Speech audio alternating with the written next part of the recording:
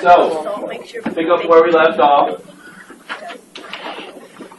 And now we're going to spend a little time talking about, shall we say, filling in the middle of the United States. Now, who can tell me about the concept of manifest destiny that was discussed in History 1301? Please. That the United States had the right to colonize, everything to the west and all of America. The right that the United States had to occupy everything from the East Coast to the Pacific Ocean.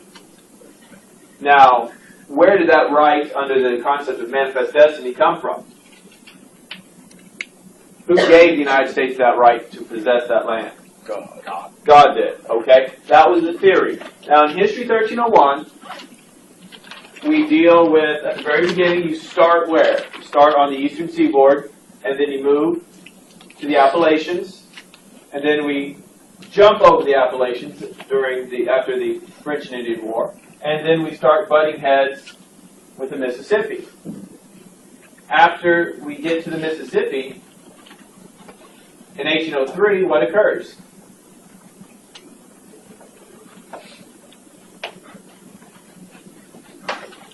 Everybody who had me for History 1301, I'm about ready to change your grade. What happens in 1803? Biggest land deal in the history of Louisiana Purchase. From Mississippi all the way out to some nebulous region out here. Okay, all that way out there. Didn't include Texas. Jefferson thought it did, but it did not. Correct? So what happens now is we own that land, Texas comes in, and then the whole concept of manifest destiny appears. 1849, what occurs out here? 1848, I should say. What occurs in California? Yes, and the team from California that played last week were the 49ers, and they are named the 49ers because what happened in 1849? So many people came to California in 1849 searching for gold that they were known as the 49ers. State goes from like 5,000 in 48 to 60,000 in 49. Applies for statehood, becomes part of the state. 54-40 or fight. What is that? Who used that as a campaign slogan?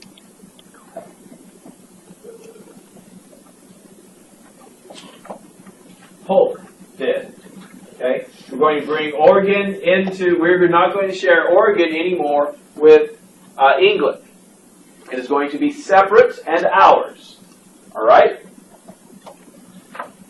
Now, so we go from really Kansas, Nebraska, that's the last area we talked about before the Civil War, and then we have the Civil War. But basically we come all the way here, and then we jump over here, and then that's it. We end it. Okay. Now what we're going to do is we're going to spend today talking about drawing the two together. How many guys have ever sewed? Okay. It's okay to do sew.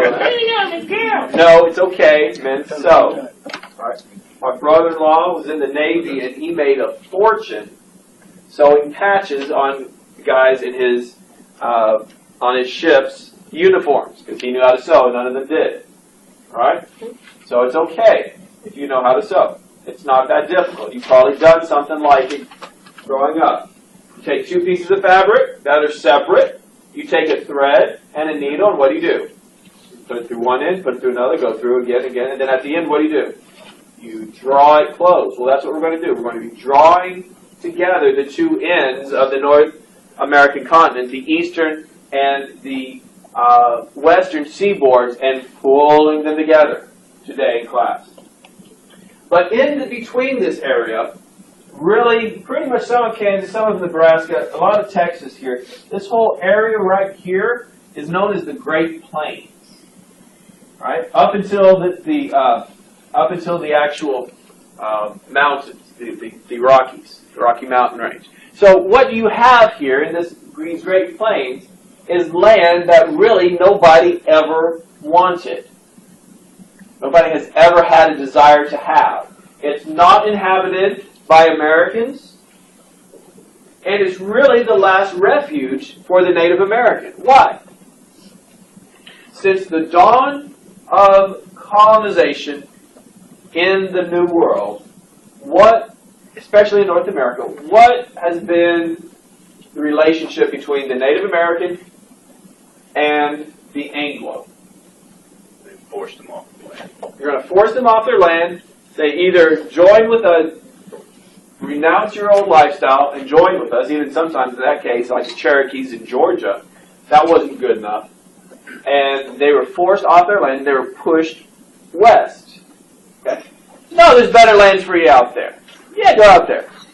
Wait a minute. I've been here forever. We are civilized. We're not nomadic. We don't hunt. We have farms. We are cultivated. We've even the Cherokees in Georgia. We've even adopted our own constitution. We have an agreement with your nation. Nah, it doesn't matter. You guys just get out there. Okay? And they're pushed out west. We laugh at it, but this is completely destroying another culture's way of life. And so we kept pushing them and pushing them and pushing them and pushing them and pushing them. But then eventually what's going to happen is you're going to run out, because now we know California and Washington and Oregon are desirable. Now the reason this area, the Great Plains, was not desirable was back in 1805, a man by the name of Zebulon Pike had conducted a survey of this area. In his report, he said the area that he surveyed is a great American desert. It's useless to anything. Can't farm, no rivers, very arid, and not worth having. Now, when he calls it a great American desert, he is not referring to sand blowing everywhere like we think of when you think of a desert. Aladdin, flying over the desert on the magic carpet, all right? That's not what he's talking about. A desert at that time period had a different definition. It included sand, but also it included areas that were without trees. The land was without trees. It was seen as there's a reason that there's no trees there. And that is because there's not enough water in the area to sustain it. And if there's not enough water to sustain a tree growing, there's not enough water to grow crops. So nobody really wanted this land. Right? It was a perfect refuge for the Native Americans, so we kind of just pushed them out there. Now, things are going to start changing when gold is discovered in California. Because where is the gold primarily found? Sierra Nevadas, and what are that? What are the Sierra Nevadas? They're mountain ranges, okay? They are in the mountains. Now, so people start saying, "Ooh, there's gold in the Bar Hills and silver, so we need to go and get it." So what happens is mountains, which had up to this time period been the domain of the frontiersmen, the guys who go out and leave society behind and go and hunt and trap, and then the Native Americans start now getting miners moving into the area.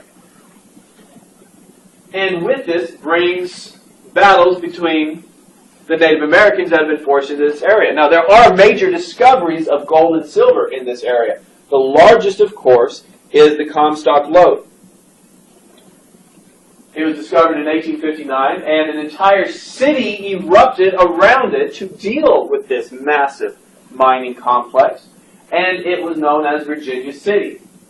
Before the Comstock Lode played out, $400 million in gold and silver is pumped into the economy from this mine. Now, this is going to have an adverse effect on our economy. It's going to have a result we didn't plan on. And the problem is, see, at this time, there is no control on our economy. There is no control on how much gold and silver there is on the market. So if all of a sudden we dump a lot more money into the economy, what is going to happen? Inflation. Gold is going to buy less.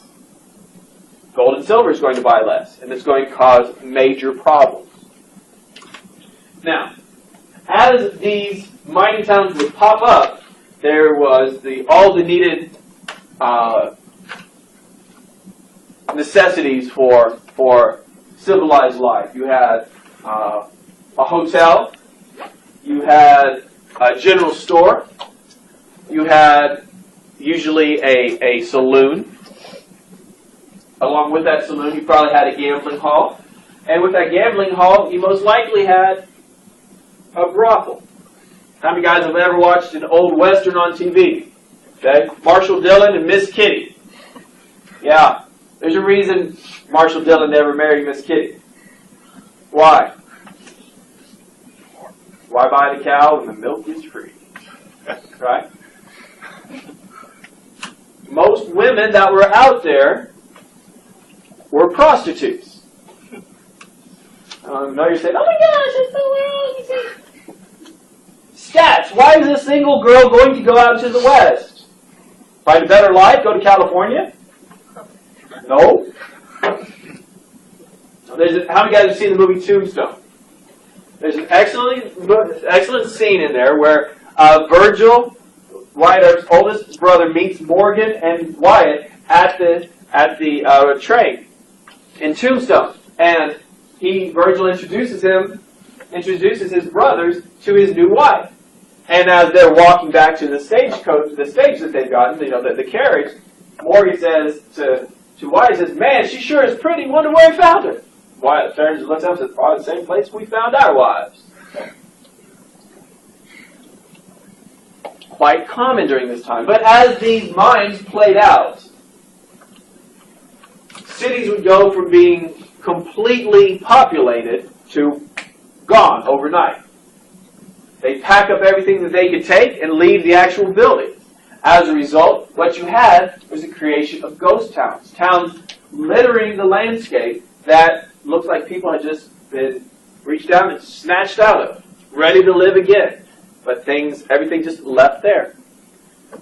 You can go out west and you can find ghost towns throughout, especially the southwest. If you go into Arizona, there's one that I just mentioned. Site of the most famous shootout in all United States history, and it is the shootout at the OK Corral in Tombstone, Arizona. Now, granted, it's not a ghost town anymore because of that shootout. However, you probably know that one more than you do Elizabethtown in New Mexico. Have you ever heard of that one? Probably not. Why? Nobody really famous died there or shot anybody.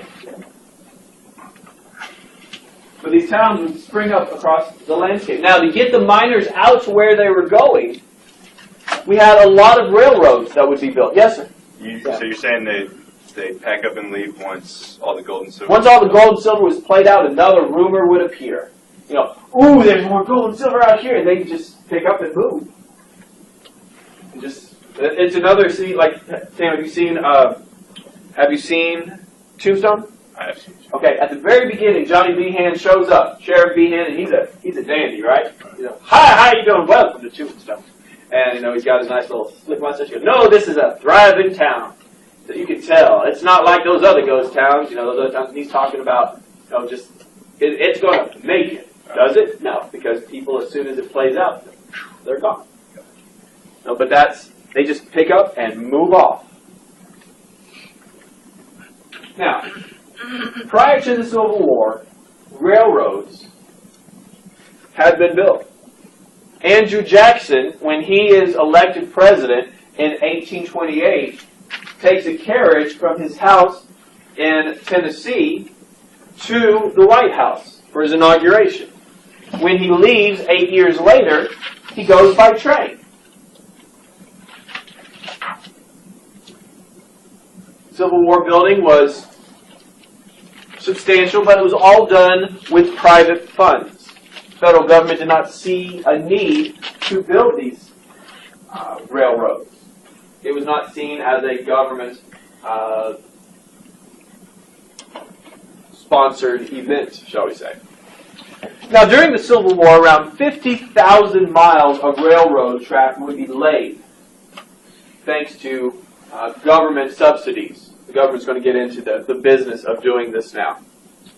But there were quite a few limitations. One, there was no set time schedules. Because of this, states could have 10 or 15 different times. Therefore, the trains did not run efficiently. You would have train accidents when two trains are on the same track and they're not supposed to be, because one has 2 o'clock and the other has 3 o'clock, and they are an hour behind. There is an hour difference, and they slam into one another. Next is there was no standardized gauge. You guys have ever stood or sat on a railroad, which I hope you all have, because that's like a fundamental part of growing up. You know, I used to play on a railroad growing up, and there's one outside up by my house growing up. When my kids were like 3, we were out at the park, and there's this huge berm that the railroad goes across, and I heard a train coming, and I was like, you know, like I was when a kid, like, oh, I'm gonna run up there so I can be by the train, and I didn't think I have my 3-year-olds with me, and my wife's like, where blank are you going? I was like, we'll go to the train. She's like, with my children? I was like, yeah! You know, she's like, you're an idiot. And I said, well, we know that. So, but if you've ever been on a railroad track and looked at a railroad track, you notice that the gauge, the distance between the rails is the same. Wherever you go across the nation, the gauges are the same. Prior to 1886, that has not occurred. So if you were on the Texas line in Texas, it went to the Louisiana border, and it would have a certain gauge, certain distance for its trains. Then, when you got to the Texas border, you had to get on the Louisiana train. When you got on the Louisiana train, you had to unpack all your freight that is on that train, put it on a new one, and then continue the journey.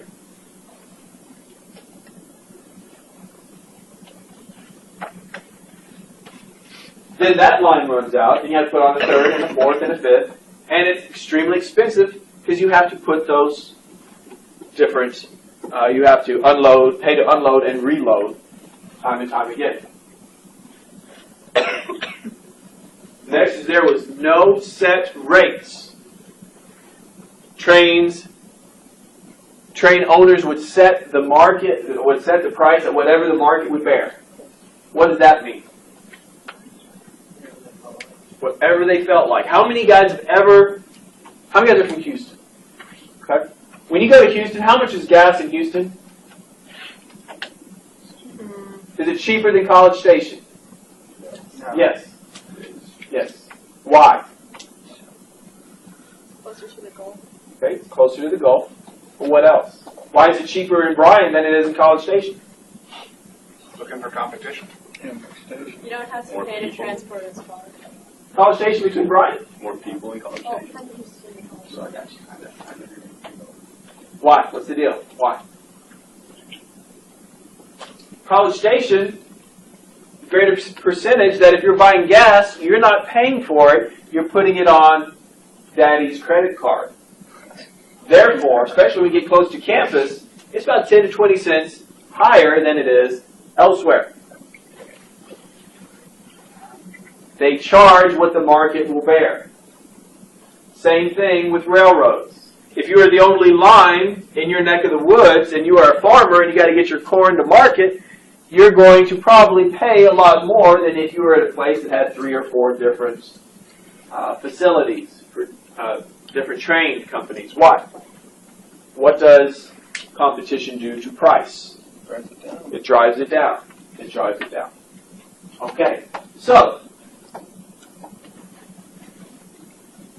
1849. Gold has just been found in California, and you want to go out there. You are in Indiana. How are you going to get there? You're not going to take a railroad. There's no railroad yet that connects the two. Stagecoach? Stagecoach! For like a month. Being jostled up and down. You're not going to have any teeth when you get there. You're lucky you have your scalp. Because when you're going through that area, you're going on a very defined trail, and when you go through that area, who knows who's going to be on that trail waiting to, kill these white people who are coming into their territory. They don't like them too much. No. You took our land, you pushed us here, and now you're dividing up our land again? I don't think so. And there's another way. And what's the other way? What? Boat? I'm going to take a boat. And go all the way down past the tip of South America and all the way up San Francisco. Why don't you take the Panama Canal? Why don't you just go through this? Hasn't been dug yet.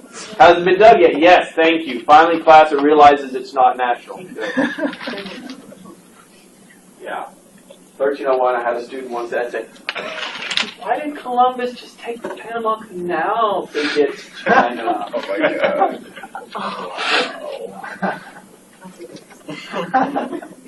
Yeah. So, those are the two ways to do it.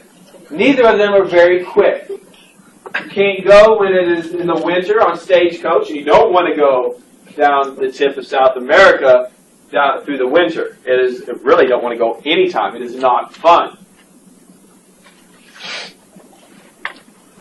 As a result, the nation starts looking for a way to build a continental railroad that will transcend both halves of the continent, a transcontinental. Now, to appease the whiny baby Southerners into the 1850s, because they're always whining and complaining about not getting things their way, you know, little things. It's not fair. I don't like it. I'm going to leave. Congress buys a small section of Mexico that is right here that would be, as far as they were concerned, the best path for a transcontinental railroad, because from here all the way through land they own already to El Paso, it's pretty good land. It's pretty flat. You can build very easily on a railroad. So they buy it. And also, if they're going to build a transcontinental railroad, the South says, hey, we'll be happy if you do that. Hey, we'll be happy. It's kind of like, guys, I'm going to say this, I'm going to get in trouble. Guys, you have a girlfriend that's never happy. She always wants more. Okay? Guys, for your safety, do the opposite. Say, no, of course not. I've never had something like that.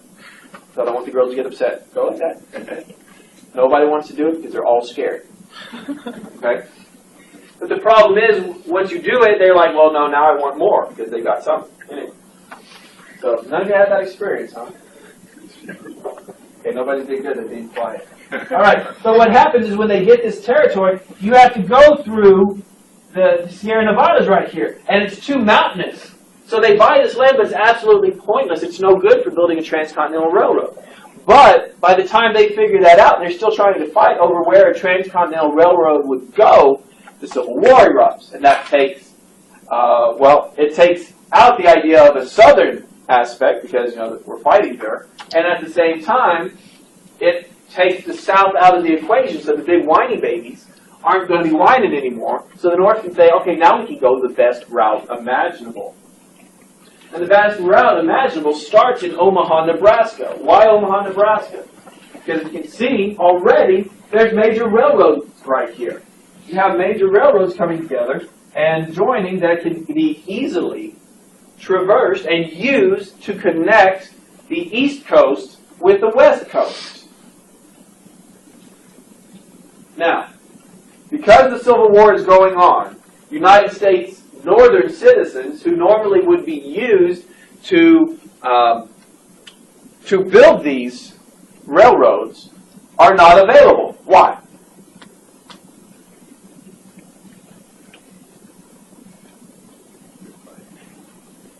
They're what? Say it. They're fighting.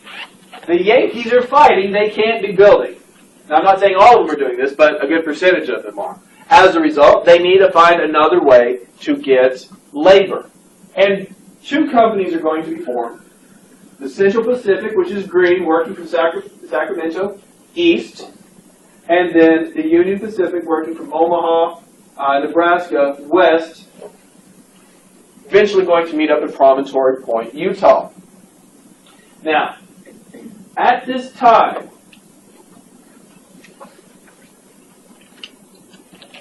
there is a huge influx of two ethnic groups into the United States.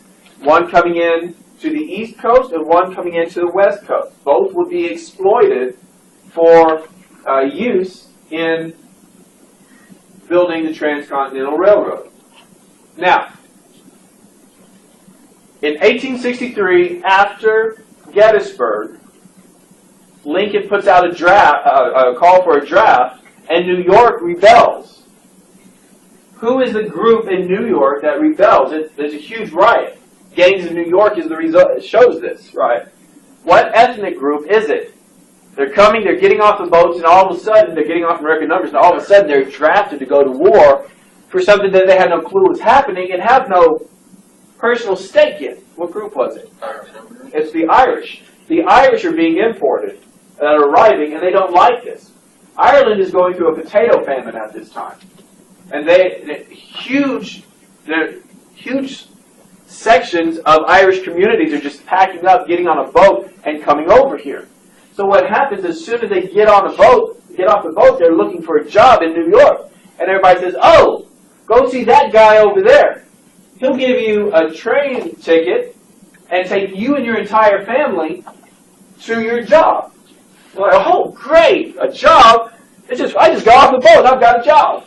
Fantastic. So you get on this train and they take you out to Omaha and you start building the railroads. Now, out in on the west coast, it's different. It's not Irish, it's Chinese. And the Chinese come in and they are being put to work by the Central Pacific. And the working conditions are exceptionally appalling. Stephen Ambrose, one of the greatest historians the United States has produced in the last 30 years, wrote a book called Nothing Like It in the World, the story of building the Transcontinental Railroad. And see, notice the difference between Sacramento and Omaha. The green is substantially shorter. Yes? Why? No. They have to go through mountains. And how do you go through mountains? Trains don't go over mountains.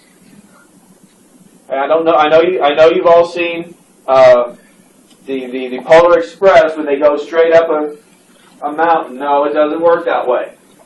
Okay? You have to, if you want to go up a little bit, you have to start a slight incline like 10 miles away. Start going up, and you're not going to be able to do that with a train. So what do? You go through the train. Now, how do you go through the train? Dynamite. Through the mountain. Dynamite. Dynamite. Now, how do you get the dynamite in there?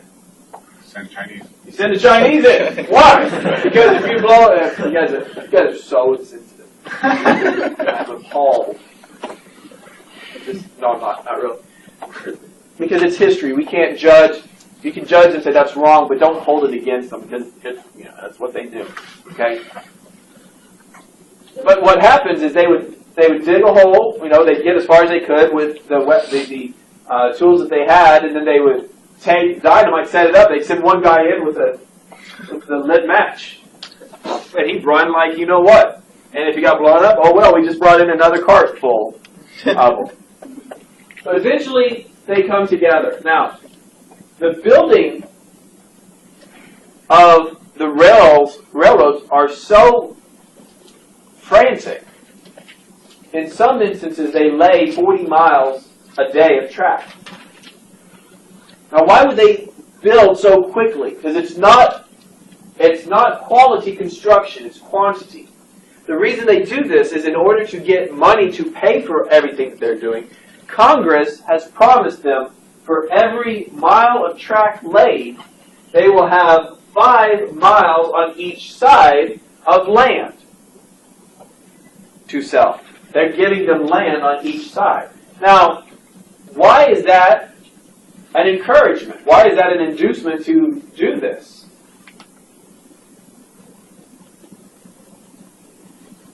We know this land is pretty much worthless. It's not very good. It's not really worth anything. However, if you put a train track through it, it's going to be worth something. Why? Trains are going through it. Along with it comes what else? Towns will pop up right around every single one of those train stops. Now, why would they put a train stop in the middle of nowhere? Refueling station. There's only so far that they can go. Now, I think I asked this earlier. How many guys are confused? Okay. If you were to go from Houston to from College Station to Houston, and you didn't go on 290, you went the old-fashioned way.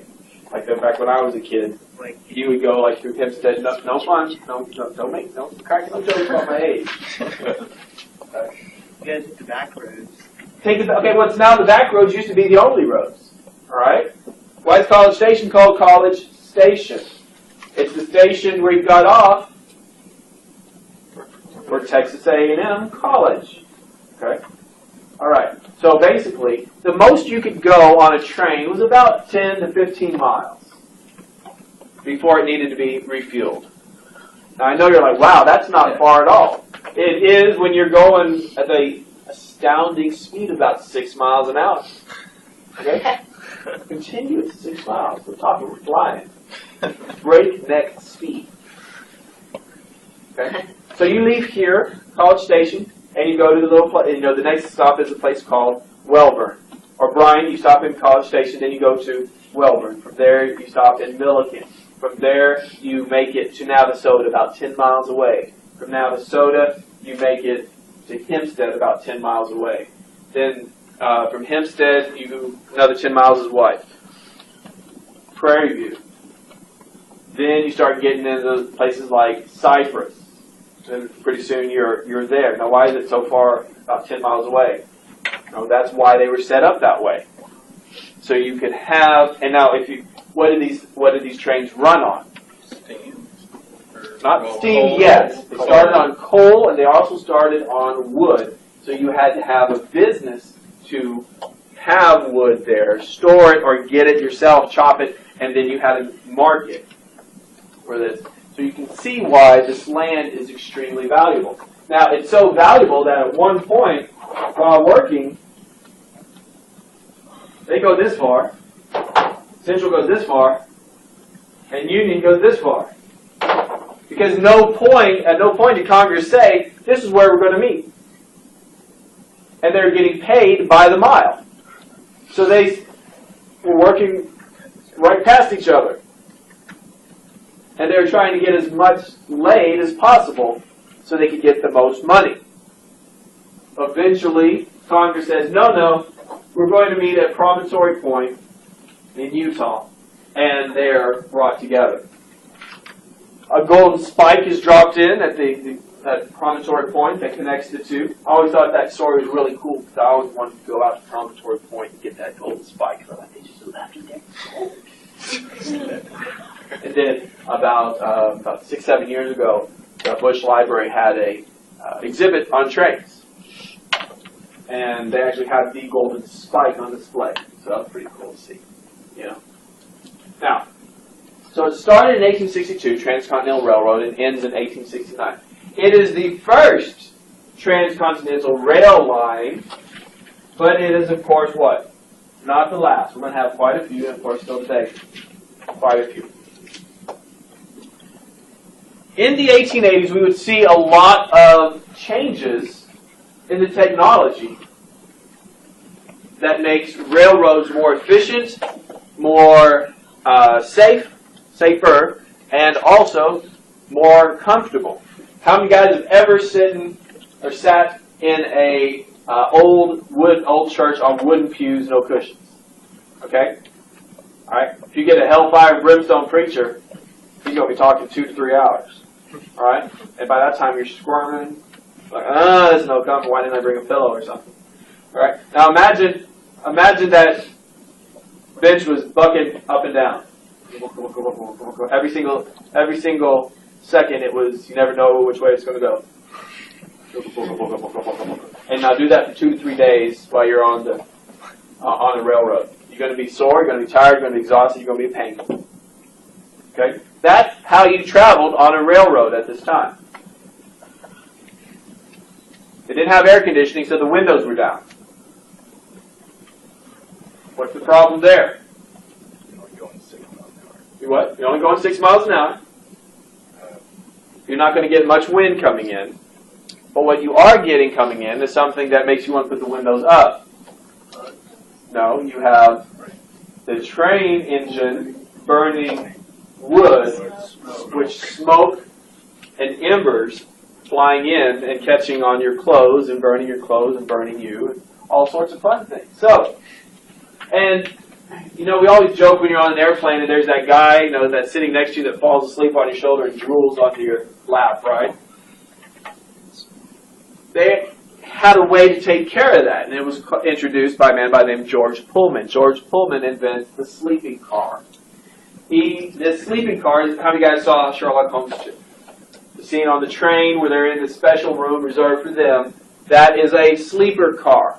You have a bed, you have a little sitting area, then you have a very small walkway that you walk through, and then you get to your spot. It's reserved for you. You go in there, it's all yours. You don't have to worry about people sleeping on you and drooling, and you don't have to be sitting on a bucking bronc seat, bench all the way to California. No good for anybody. Next is there's a new series of safety devices created. Now, in the old days, when you put two train cars together, they had these giant loops sticking out the back of the trains. And what would happen is they would back the train up until they interlocked, and then when they interlock, you take a pin and you go, boop! Okay? Now what's the problem with that? Somebody had to be back there watching. Well, I tell Bill and Miss, he says, stop! Oh! Let's get somebody else to come fill his spot. He's dead. So as a result, a new coupler is designed and built in to the trains. And basically what it is, if you've ever had like a toy train, you've probably seen them. Because what happens is on them they have a, let's see, let's build it a little bit taller. That's a big old train. And it's got like a little hinge right here. And what happens is you back them up, and as you back them up, they will break when you hit, like right here. And then when you pull them, they will be sturdy. So when you pull it, you're done. You can't actually pull them apart. So it's safer, less injuries. Now, if you've ever seen Bugs Bunny on a runaway train that, Yosemite Sam pulled the pin on and now, he's going to his doom, Bugs Bunny jumps in the back of the train, and on the back of the train, there's a giant wheel. And he's spinning that wheel a little hard out, right? Because he's going to stop the train. Air brakes are created and invented that are added to trains that are just like in your car, you have a hydraulic brake. Basically, you use the pressure of the water to force your brakes on your car to slow your car down. Same thing here, except it's air brakes. You're slowing the vehicle down in that manner.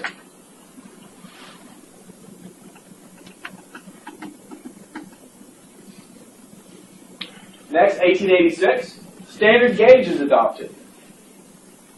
Federal government says this is the gauge that is going to be used, and it is going to be the gauge that is used, and that's just how it is. Deal with it.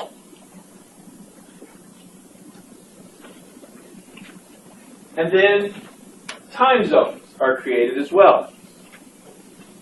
Eastern, Central, Mountain, and Pacific, off by 1 hour each. Cuts down the problem of it being 2 o'clock in New York at the same time it's noon in San Francisco. The government says this is the time, this is how it is, and you're going to abide by it. Now, as I said, there still are abuses. The market is going to charge whatever it will take. Many times, in order to get legislation passed, giving permission or giving the rights to railroads to build on land, congressmen would be bribed.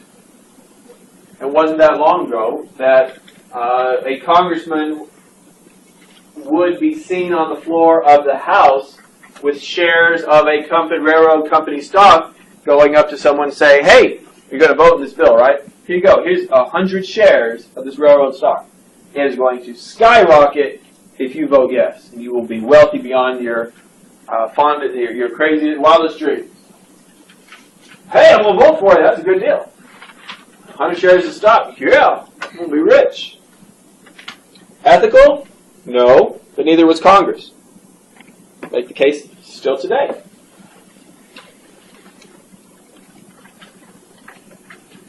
So, we talked about the mountains. We'll talk about the Indians. We've talked about the trains. Let's talk about the settlers, the farmers. In 1862, Congress is going to pass the Homestead Act. And basically what it does is it opens up the Great Plains to settlement for free. You move out there, make improvements, we will give you the land for free. That's a pretty good deal, don't you think? Problem is, there's a reason nobody settled that land. It wasn't worth settling.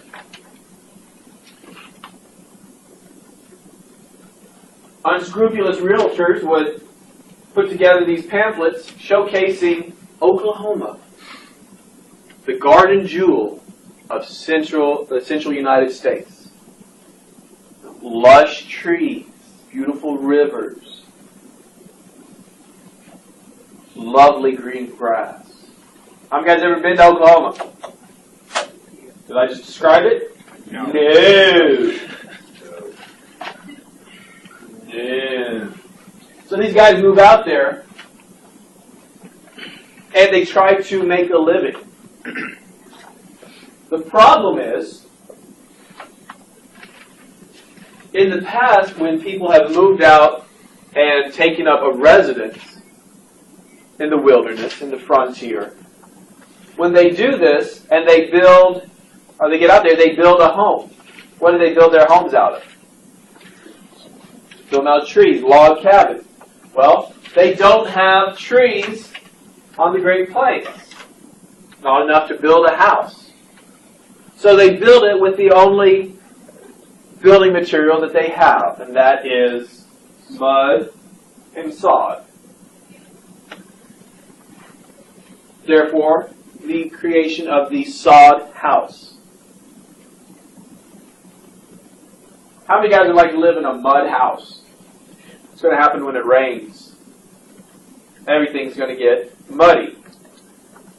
You all know the grass is not waterproof.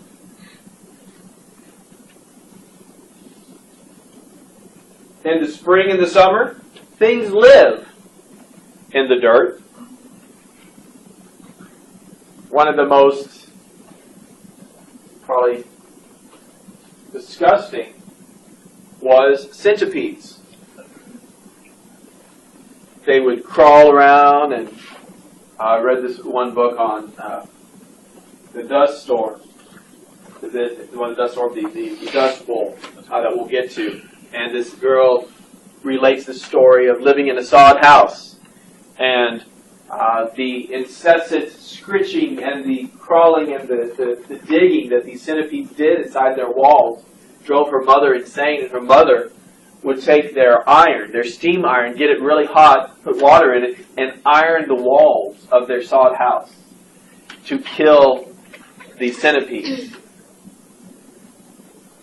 Now, to try to fix one of the major problems with the Great Plains, the lack of trees, Congress in 1873 would pass the Timber Culture Act, which required federal funds to be used for putting trees out on the frontier, out here in the Great Plains. Problem is, it led more to corruption and embezzlement of funds than actual planting of trees.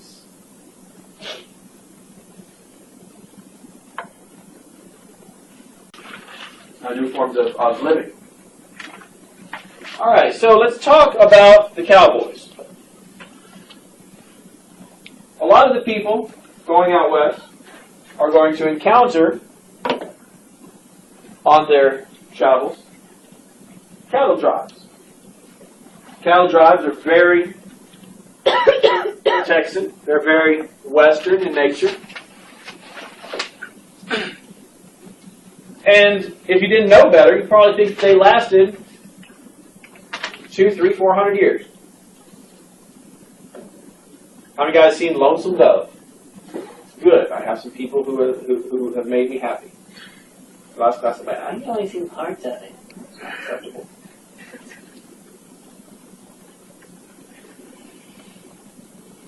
Cattle drives start in 1691 with a man by the name of Miguel y Terán.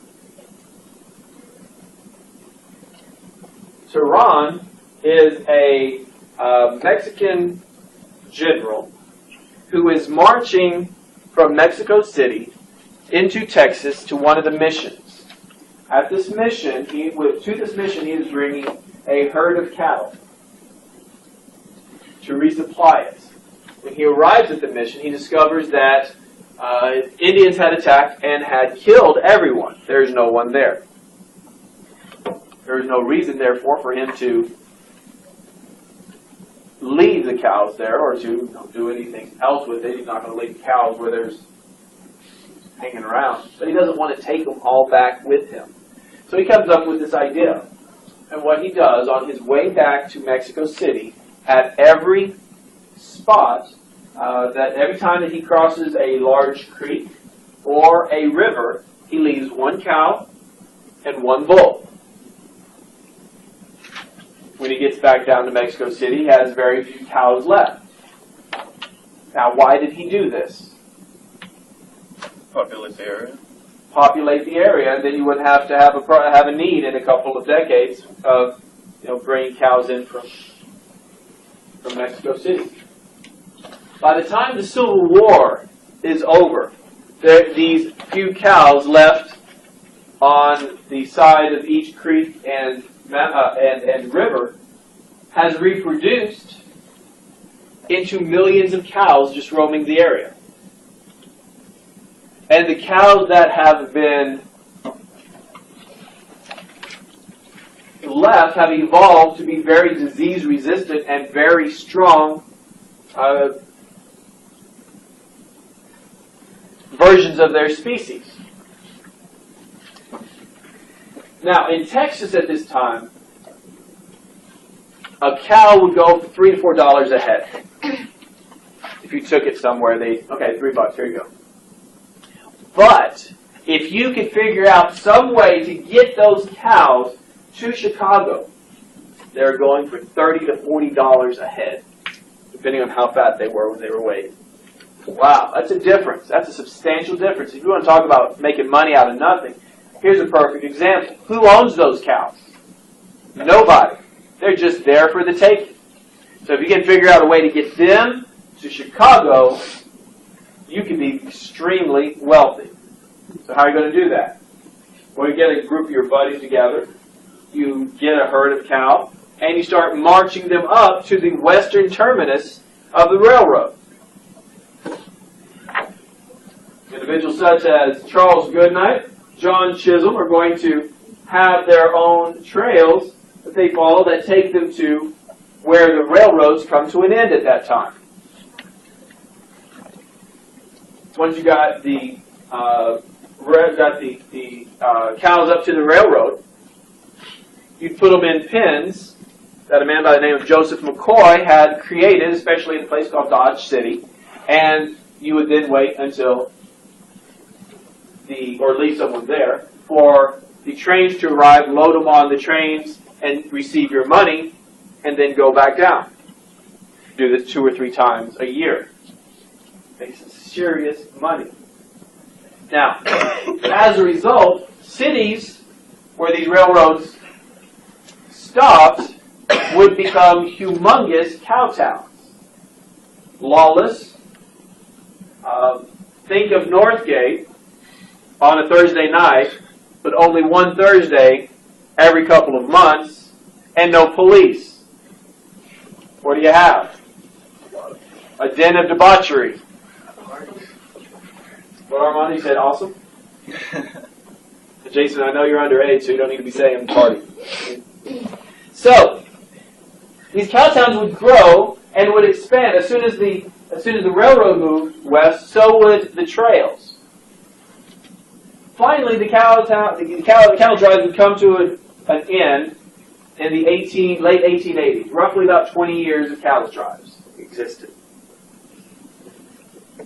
You would have winters that would kill entire herds. You would have rail lines that, instead of coming taking cattle to them would now come to you. No need to go all the way up there when you could just bring them right here. Take them to Houston, take them to Fort Worth.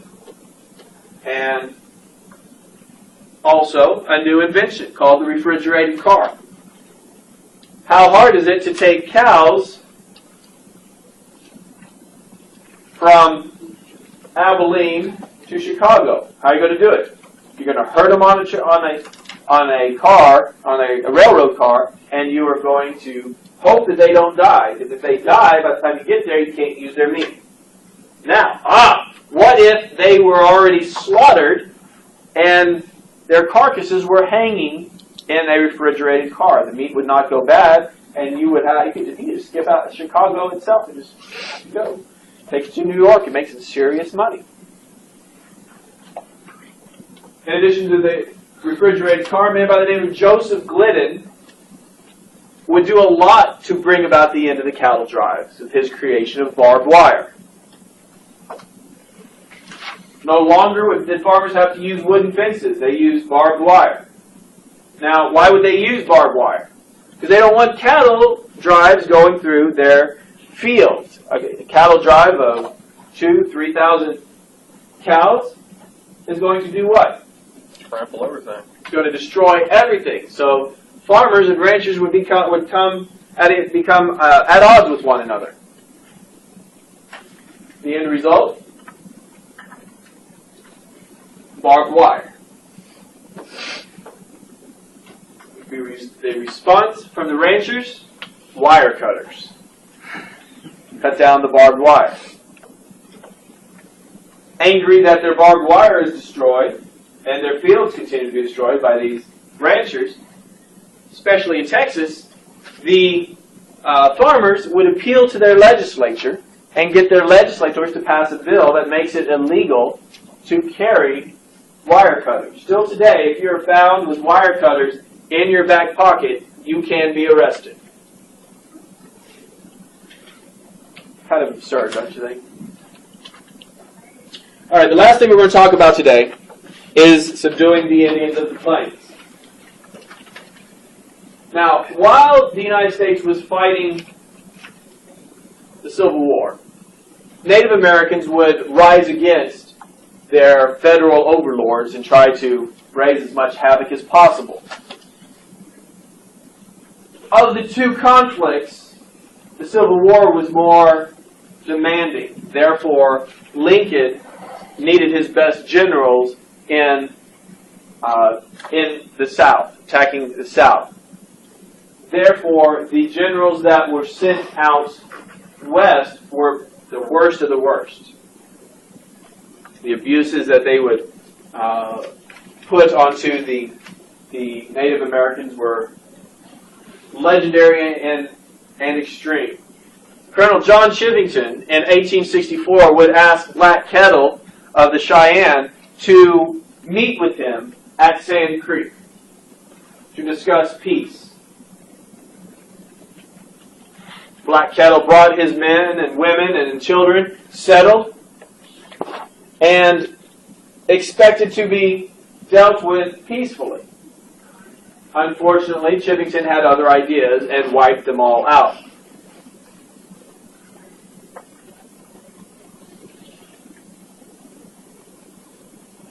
He killed 200 warriors and 500 women and children.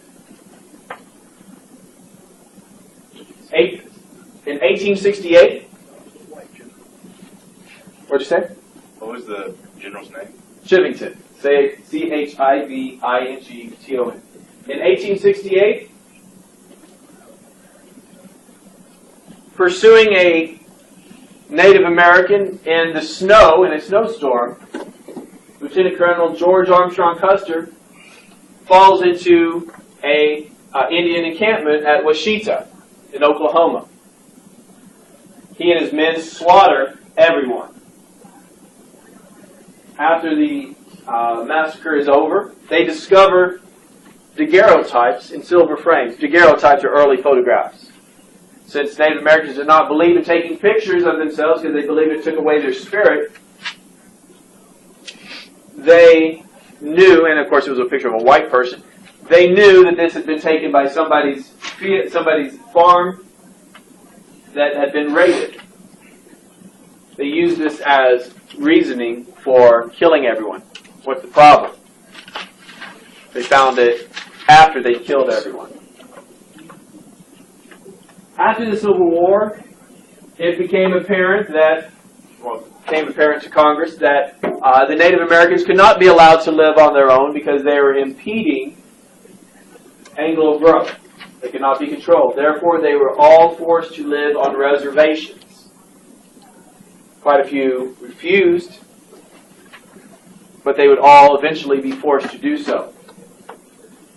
Overseeing this reservation system, making sure that everything was taken care of for them, was the Board of Indian Commissioners in 1869. Now, whenever we talk about Indians and massacres, you probably don't think Sand Creek or Washita. You think of one that had a complete different result. Not the United States Army winning, but the United States Army's greatest defeat. And that involved the guy we talked about with the Washita Massacre, and that's the Battle of the Little Bighorn. General George Armstrong Custer comes across an Indian village by the Bighorn Creek in Montana. He divides his soldiers into 4 different groups to attack an Indian village. Supplies are down here. He was a little bit confident because the cannons were here too. And he expects to attack a couple hundred. He attacks an encampment of a Sioux numbering 5,000 braves.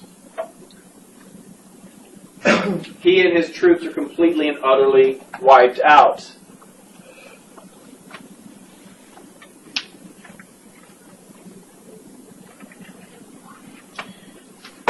Finally, in 1887, Congress passes the Dawes Severalty Act.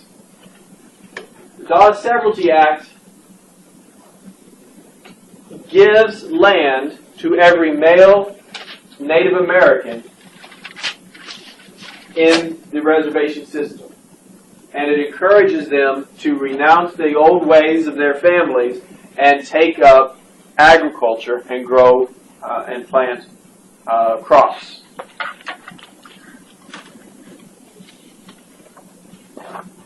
For the most part, this will be the last time we talk about Native Americans in this class, because by the time we get to 1887, there are just a few more battles, but we're not going to talk about them in class.